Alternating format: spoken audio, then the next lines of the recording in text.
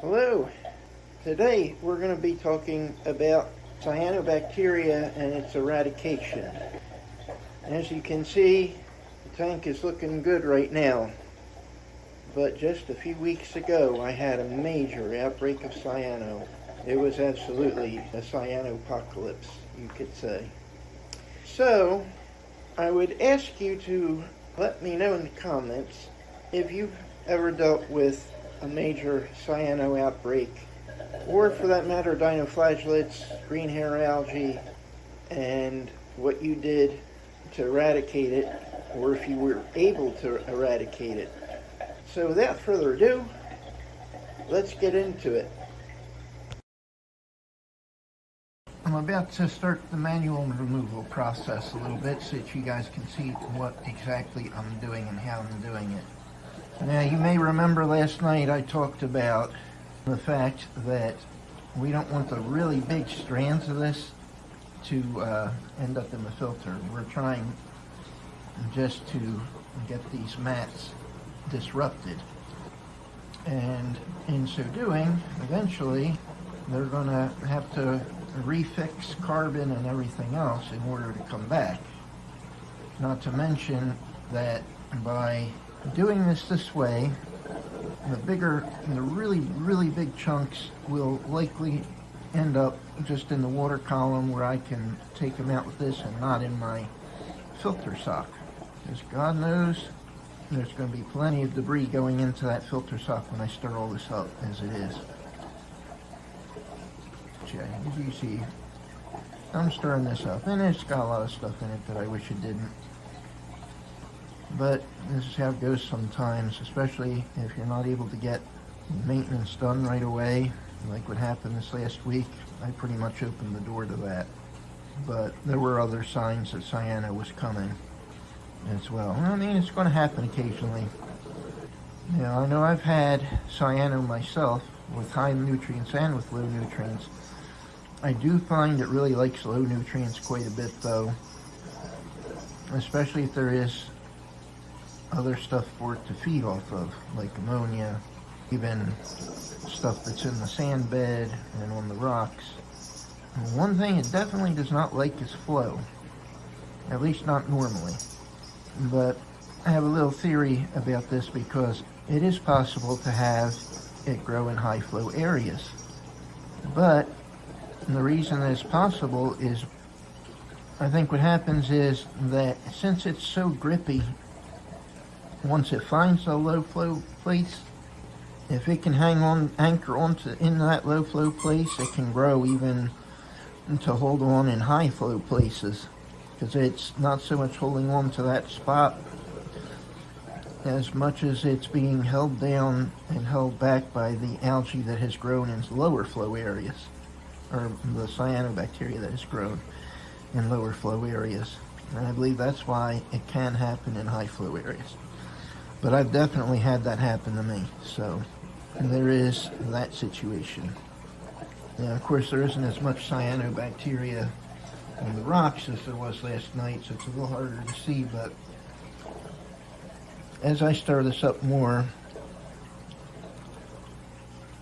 of this will get into the net,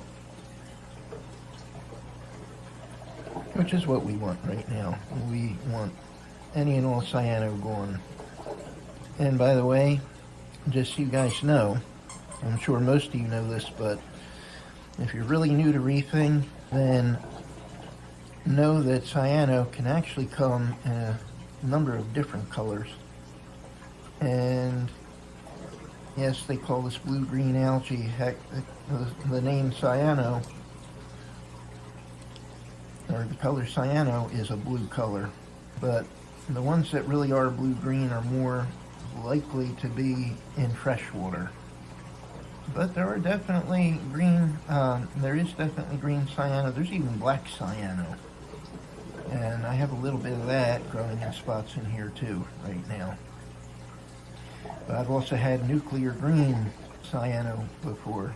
So it definitely comes in a variety of colors, and it can really thrive under a variety of conditions. But what we definitely want to do in this situation is to even the playing field, which is what I'm attempting to do. This is kind of what you do with dinos too. I mean, what you want to do is level the playing field. Keep manually removing dinos where you can, so that cyanobacteria and, hair algae and the like can grow. In that situation, cyano is definitely your friend. But in this situation, cyano is a problem. And we're going to get some good bacteria going in here. A lot of the reason I think I don't have the good bacteria that I should have in here is because I had the dino outbreak. And now my nutrients are a little off balance, but the opposite way from where they were. That was high phosphates and low nitrates. I'm now looking at high nitrates and low phosphates. Well, not even low phosphates. I think good phosphates, all things considered. But either way, my 75 parts per million nitrates have to definitely come down, and they're going to. Now, once I can get rid of cyano to enough of a degree, I'm going to start carbon dosing. In fact, I want a vinegar dose. It's honestly, at least to me, in my tanks, it's been just as effective as vodka, and that's pretty important because, I find that it does just as good as the vodka, at least for my intents and purposes typically. And I use other things to pull nitrogen out of the water too, such as some of my soft corals. And fairly soon, I have a friend from Reef to Reef who's going to be sending me some Montipora frags and the like. And you can see now a little better, I think. Let's see if I can get this. I think you can see the cyano starting to accumulate in the net now. These are pieces we do not want in other parts of the system. I don't want them to be able to spread anywhere else. But at any rate, so in the next month or so, I should be getting some frags from this friend of mine who is a particularly good reefer. He has immaculate tanks. He watches the progress of my tank too. He's one of those people that I consider a mentor. There's a couple. And I don't know if you guys are on Reef to Reef or not, but if you are, you should check out the cronies. They're an amazing group of people. And most of them I consider mentors. They're an awesome group of people. The heathens also are another really good group of people on there.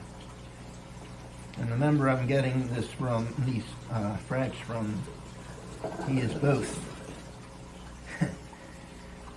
So, anyway, but this is what we're going to do. I'm going to continue manually removing this.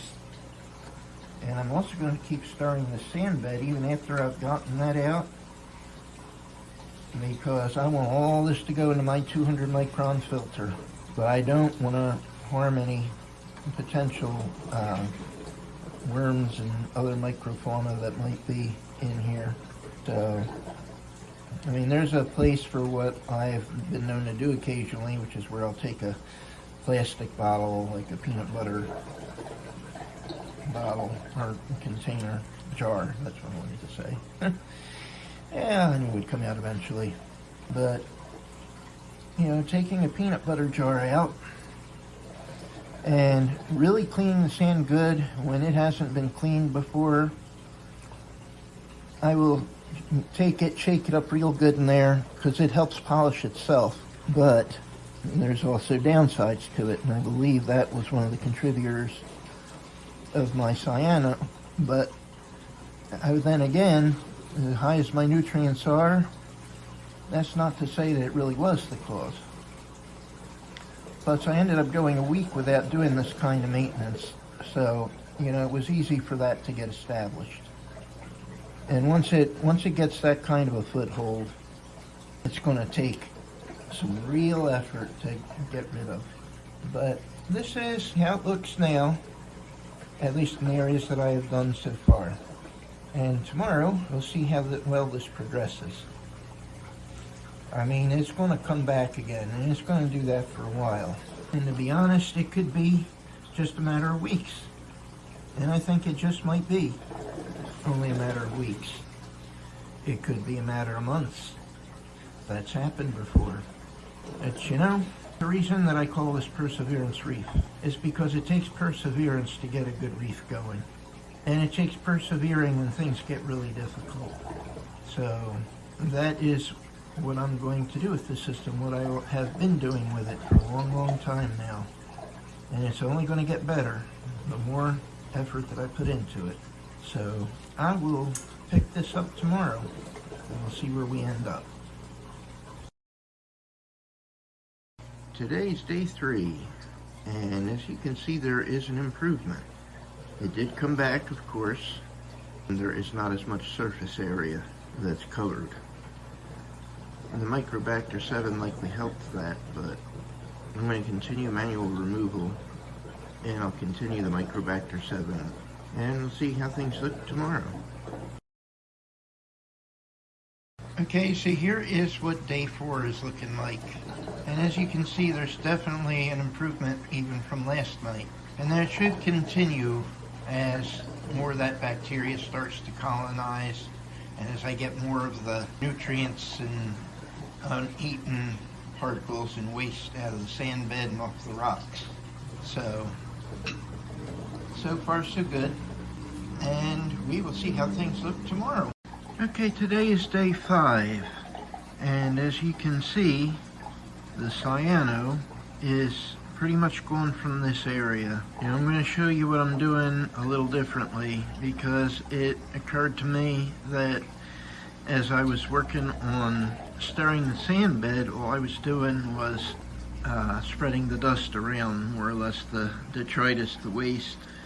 So what I've done is I've used a new method where I take some sand and I put it into a jar, a plastic jar like this, and I take the lid and I scoop up a little bit of that sand like this.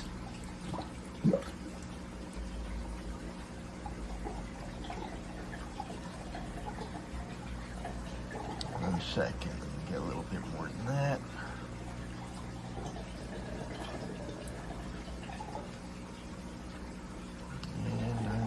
Get a little bit from over here where this cyano is still here. I did not do this part yet, but as you're going to see in just a couple moments. Now I want you to note that not very much of that stuff got up into the water column, which is a good thing. And pour just a little bit of that off in the water so that this actually has some room to move around in there.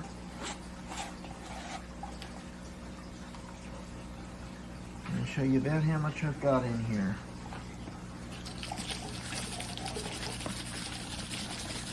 Shake it really good.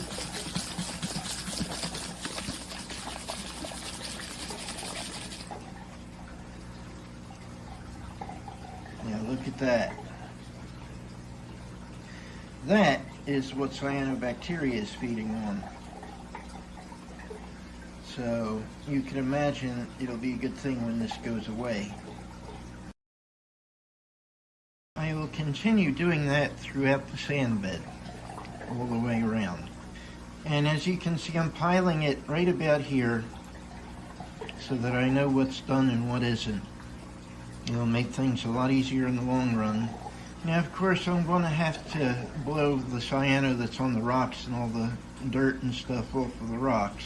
And it'll get back into the sand bed again. But for now, until I can get more cleanup crew and actually more sand in here so that I can have nefarious snails and the like, I'm going to have to do it this way. But believe it or not, a lot of the worms and things have actually survived this for me.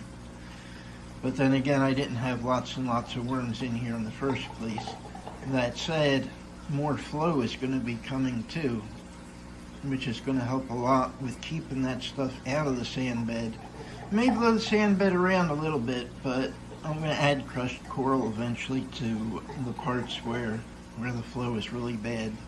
I mean, not bad, but where the flow is really pushing the sand around.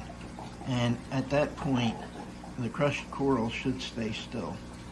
But considering that SPS is coming to this tank fairly soon, it's definitely time to do something about it.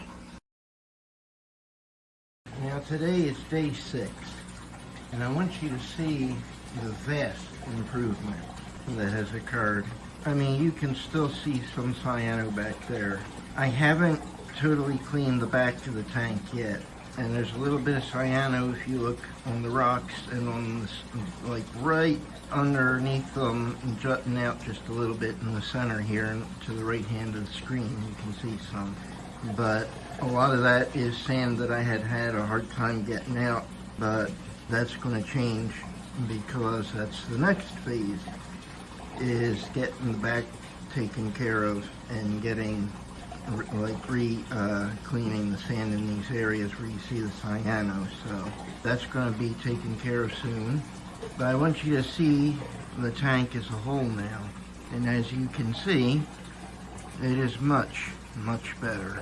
It's been about 24 hours since I did the last cleaning of the sand bed, and I haven't even replaced the filter sock yet today. You can hear it go, and you can hear the water pouring out of it right now, but I'm going to be doing that tonight. And tomorrow will be day 7, and at that point I'm going to release this video. So if you watched this long, I appreciate it, and I will see you tomorrow. So the reef is looking much better now. As you can see, the cyano is pretty much gone. I would call it under control. It won't ever totally be eradicated. I mean, every tank's going to have a little bit of cyano somewhere, even if it's in places you can't see it. But it's definitely under control. And as long as I keep up with maintenance like I should, things are going to go really well. In fact, as of today, I have a shipment of sand coming that should arrive on Monday, which will also add a little bit of surface area for bacteria to colonize. So that'll be a big help. I'm also going to dose more Microbacter 7 so that nothing like dinos or more cyano will be able to colonize that sand. And that's going to also help eradicate the cyano, or at least it's going to keep it at bay pretty much. And I'll be able to also get sand sifters. At that point, there'll be enough sand for them to actually sift. So that's going to help a lot. I'll get Nacarius snails, maybe a sea cucumber or two, that kind of thing. Some sand sifting gobies, possibly. And that's how I'm going to deal with the sand situation. And if the sand's nice and clean, chances are the rock will also end up being nice and clean, because I also have the snails doing their job. But when the sand gets stirred by the fish and they get it all over the rock, and the sand has a ton of cyano in it, of course the rocks are going to get it. So I believe this is going to help quite a bit. Now, I will also tell you, flow is your friend, especially against cyano. In this tank I have about 4,000 gallons per hour via one wave maker, and I have about 1,000 gallons an hour through the return pump. But I'm going to be getting a gyre that's going to put out 10,000 gallons per hour on its own. Or at least I should say up to 10,000 gallons per hour, because I'm not so sure I'll run it quite that high. But it will be good for the SPS that I plan to have in this tank. That is basically where we're at on the cyano situation, and I hope that this helps you. And remember, reef smarter, not harder. Always get the best bang for your buck. That is the Budget Reefer way. Thank you, and I will see you in the next video.